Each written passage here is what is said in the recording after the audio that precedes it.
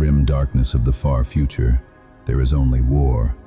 We all know the tagline. We know the images.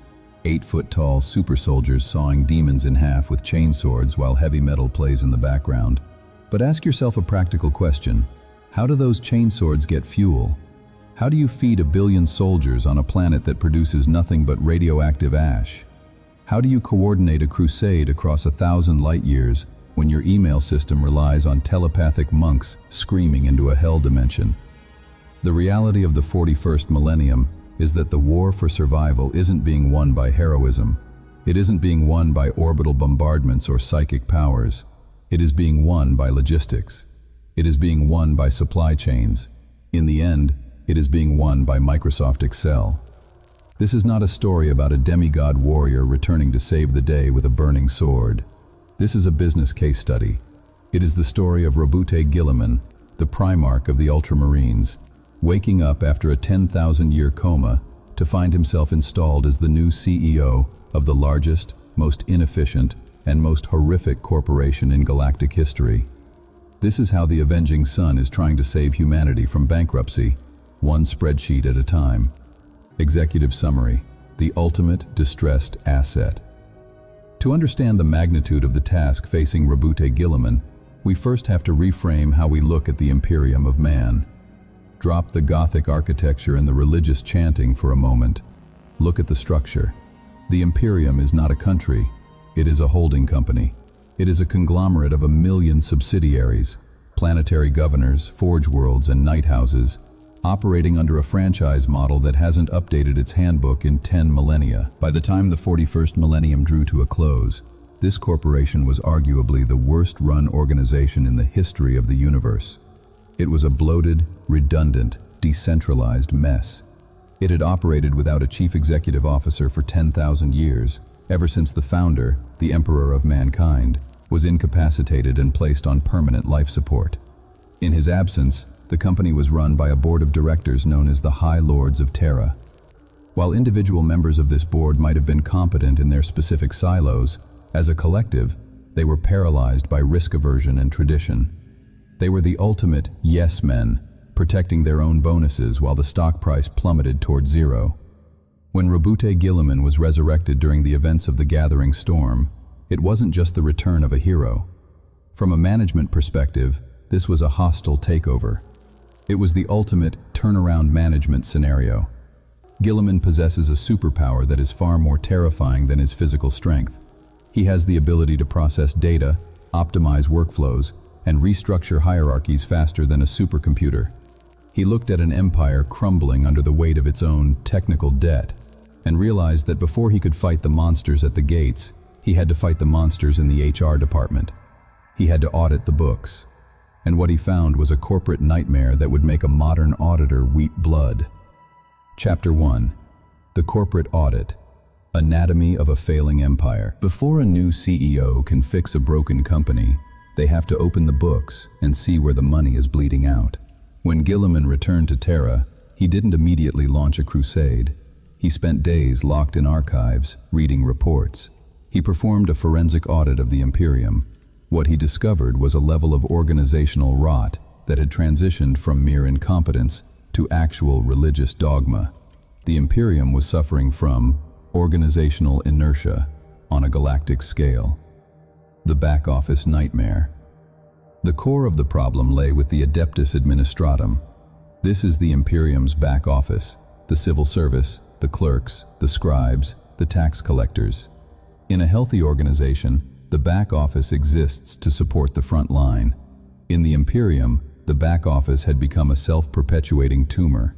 By the time Guilliman woke up, the bureaucracy had become so dense that the processing of data often took generations.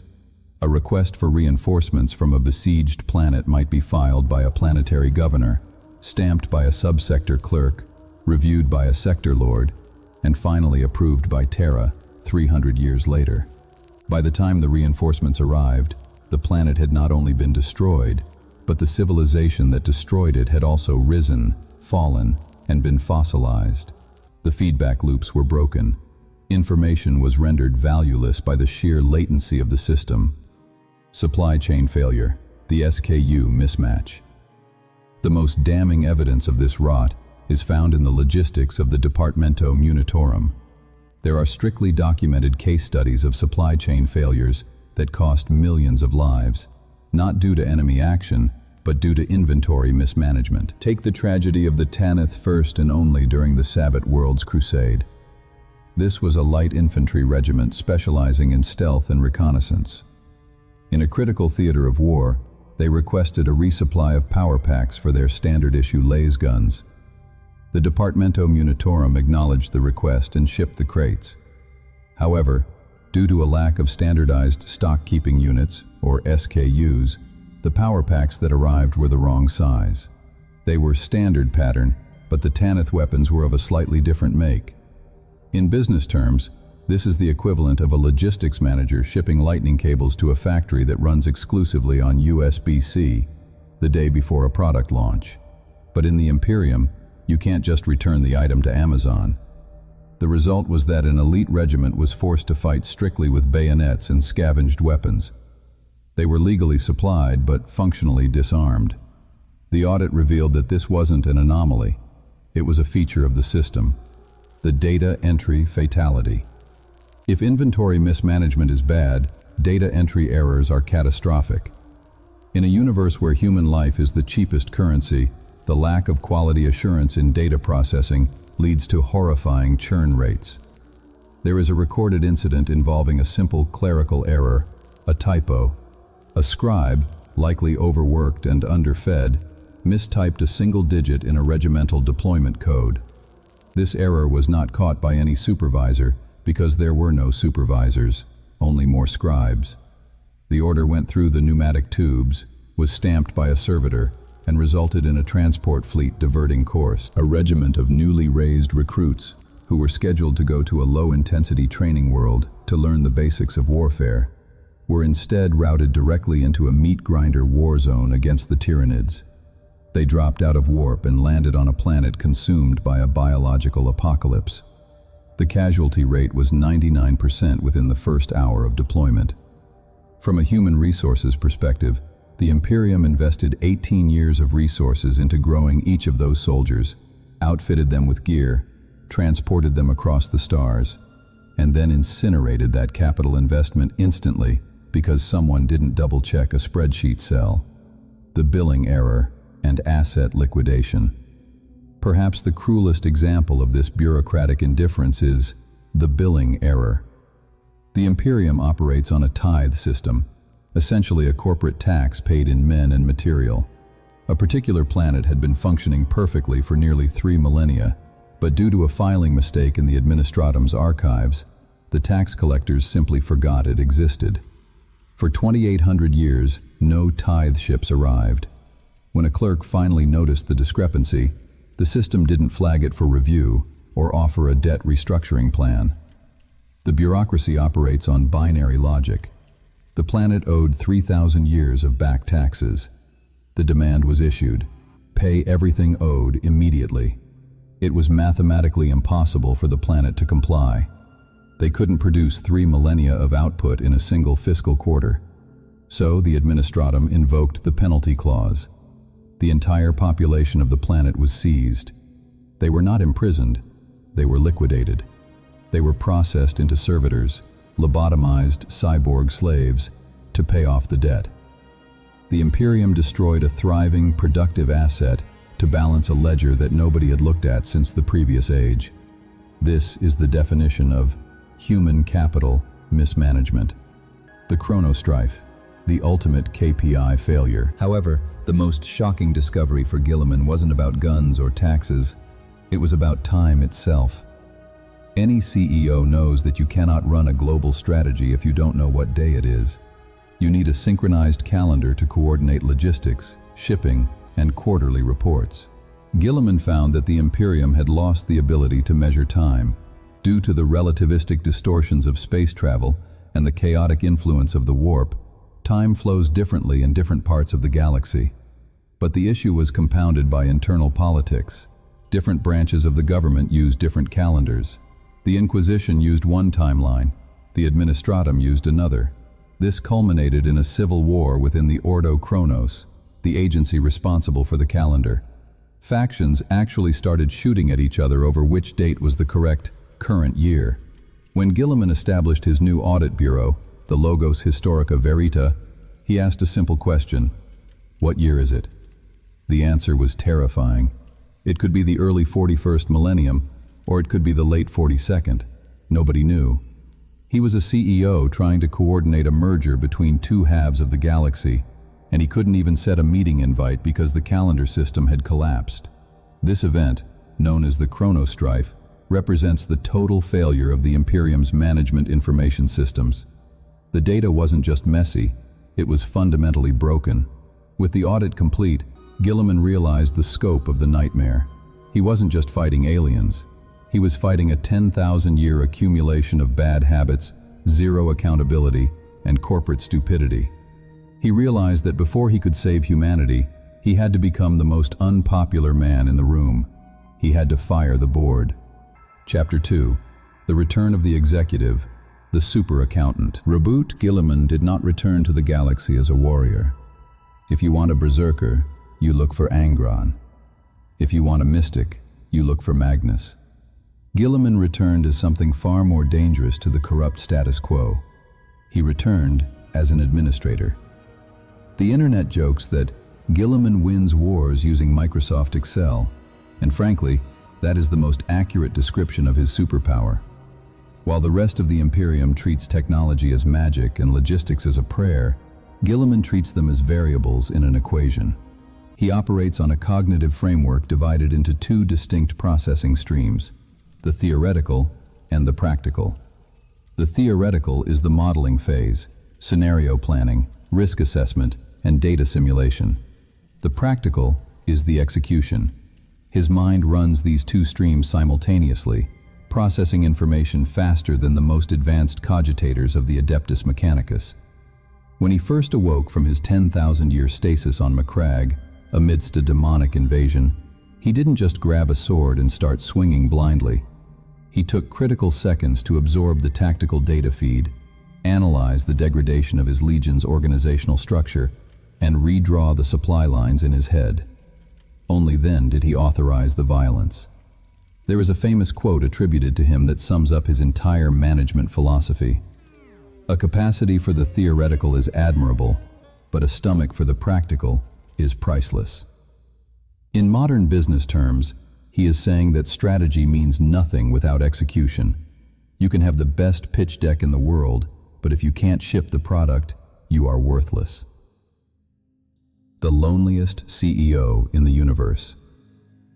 However, this competence comes with a heavy psychological cost.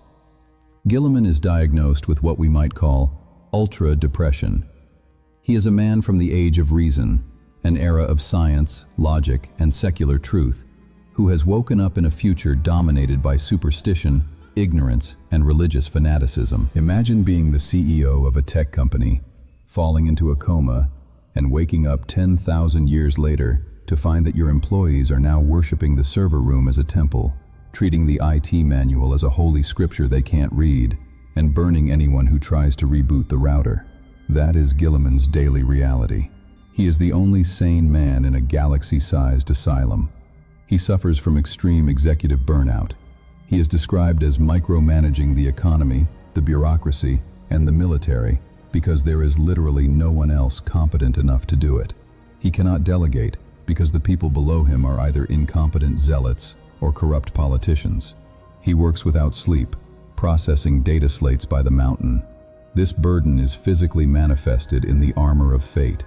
This suit of power armor was originally a life support system designed to keep him alive after a mortal wound. It represents the golden handcuffs of leadership. For a long time, he could not take it off without dying. But Guilliman, obsessed with autonomy, forced himself to build a tolerance. He would sit in his private chambers, removing the armor for agonizing intervals, enduring excruciating pain, just to prove to himself that he was not dependent on a machine.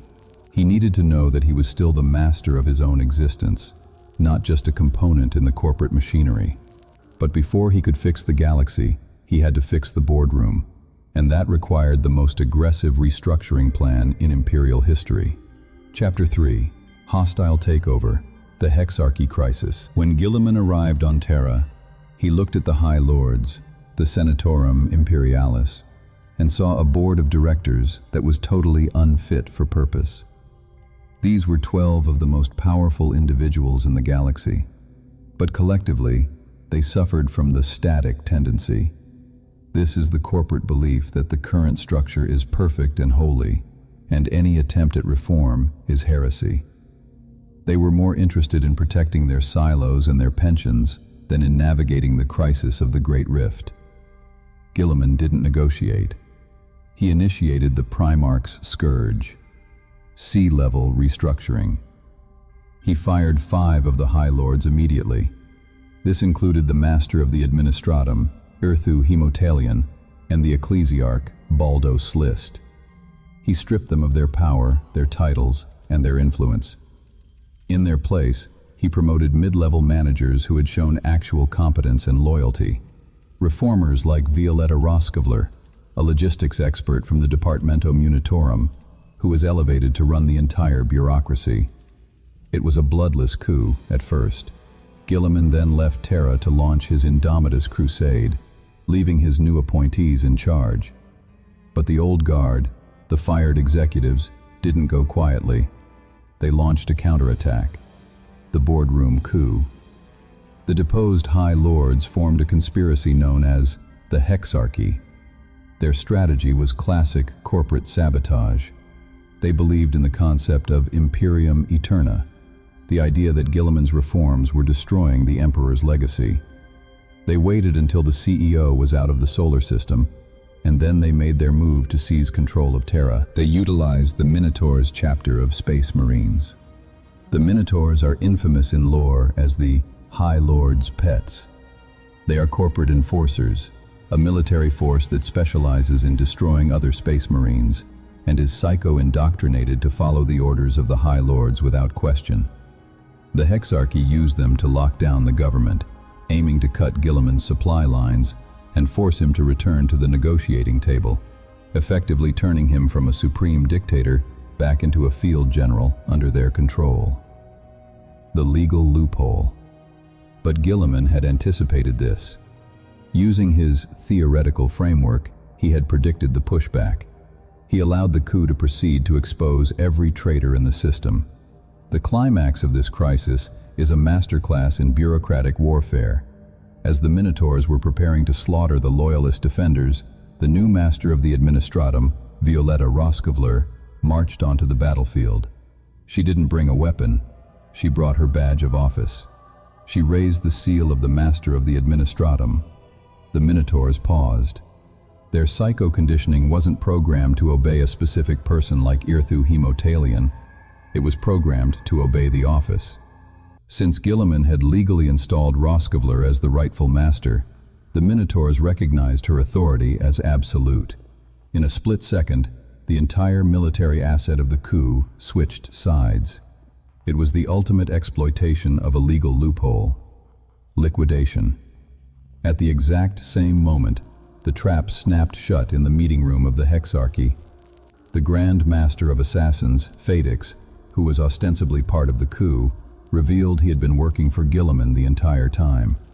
Upon receiving the signal that the Minotaurs were neutralized, his agents emerged from the shadows and liquidated the traitor lords right at the conference table. The coup was crushed, not by a pitched battle, but by a superior understanding of organizational hierarchy and a double cross.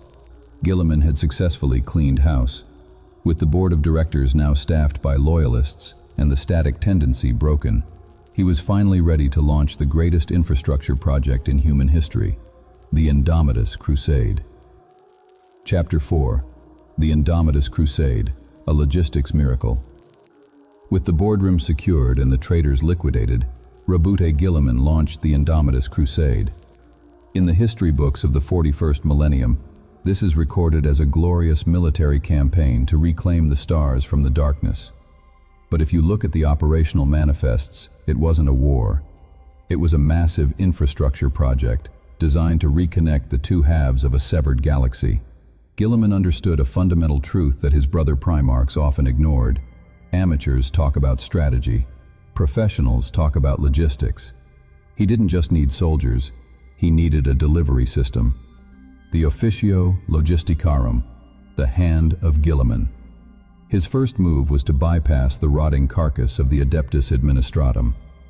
He created a brand new corporate division called the Officio Logisticarum. He staffed it not with hereditary bureaucrats, but with the most efficient logistics officers he could poach from other departments. To empower this new division, he signed the Barake Decree. In the legal history of the Imperium, this document is the equivalent of a blank check. It gave the Officio Logisticarum supreme authority to seize resources. If a Crusade fleet needed fuel, food, or manpower, they no longer had to file a request form in triplicate and wait 50 years for approval. They could simply land on a planet, present the decree, and commandeer the entire planetary output.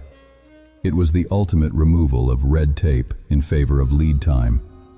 Hub fortresses, the fulfillment centers of the galaxy. Under the old system, the Imperium relied too heavily on Terra as a central hub, which created massive bottlenecks.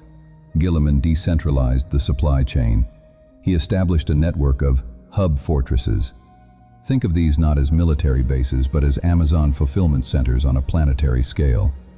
He took dead worlds and hollowed them out to store ammunition, fuel, and replacement parts. He took fortress worlds like Aquila Adamant and converted them into distribution nodes. This ensured that when a fleet was operating deep in enemy territory, they didn't have to return to the core worlds to resupply. They could pull inventory from a local hub. This dramatically increased the uptime of his combat units. Product launch, the Primaris project. Then, there was the matter of the product itself. The Space Marines, the Astartes, are the Imperium's core product line. But after 10,000 years, the firstborn Marines were suffering from degradation. The technology was stagnant. Guilliman authorized the full-scale rollout of the Primaris Marines. This was a product launch that had been in R&D for 10 millennia, managed by Archmagos Call. But the genius wasn't just in the new tech, it was in the distribution strategy. Guilliman created the Grey Shields, formations of unnumbered suns that acted as a massive, centralized legion. As the Crusade moved through the galaxy, he would peel off units of these new super soldiers and deposit them into existing depleted chapters. He also deployed torchbearer fleets. These weren't combat fleets, they were technical support teams. Their job was to locate isolated chapters, deliver the new Primaris technology, the patch update, and teach the existing management how to install it. It was a galaxy-wide hardware upgrade, delivered door to door, breaking the silos. Finally, he instituted combined arms warfare. For thousands of years, the Imperial Guard, the Navy, and the Space Marines operated in silos. They barely spoke to each other due to a paranoia that if they collaborated too closely, they might stage a coup. Guilliman looked at the data and saw that this lack of integration was tanking their efficiency ratings. He forced them into a unified command structure. He had custodes fighting alongside Mechanicus priests, supported by Guard artillery and Navy air support. He reintegrated the corporate divisions to focus on a single objective: market dominance. Chapter 5: Information Warfare and Branding. While the Indomitus Crusade fixed the hardware of the Imperium, Guilliman still had to deal with the software, the corrupted data, and the toxic corporate culture. He knew that a company cannot survive if its internal data is garbage. Garbage in, garbage out is a rule that applies even when you are fighting chaos demons. The Audit Bureau, Logos Historica Verita. To solve the chrono strife and the falsification of history, he founded the Logos Historica Verita. This was essentially an internal audit and Truth and Reconciliation Commission rolled into one. He recruited historiators, scholars with a capacity for critical thinking, and tasked them with reconstructing the true timeline of the Imperium. He needed people who weren't afraid to question the dogma. This is why he recruited Yassili Suleimania, a rogue traitor and a borderline atheist, as a senior advisor. In a room full of sycophants who worshipped the ground he walked on, Guilliman desperately needed a devil's advocate. He needed someone who would look at a strategic plan and say, "This is stupid," rather than, "Thy will be done, my lord." He valued dissent because dissent is a mechanism for quality control. The atheist CEO and the religious brand. This brings us to the greatest irony of Guilliman's tenure. He is a staunch atheist. He knows for a fact that his father, the emperor, is not a god. He remembers the imperial truth, the secular philosophy that the Imperium was founded upon. However, he is now the CEO of a company whose entire brand identity is built on religious fanaticism. The imperial cult is the glue that holds the workforce together. If he were to suddenly announce, "God is dead, stop praying and get back to work," the resulting riot would bankrupt the empire overnight.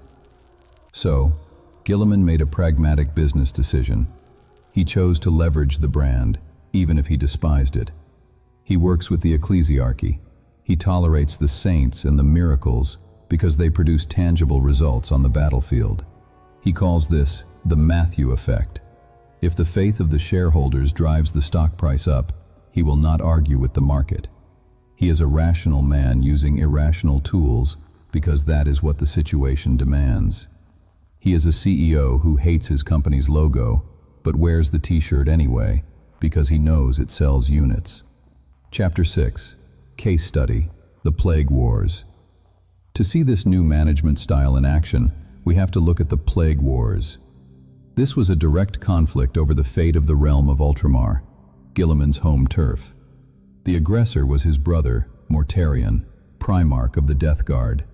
This wasn't just a war between loyalists and traitors. It was a clash of corporate cultures. Mortarion represents entropy.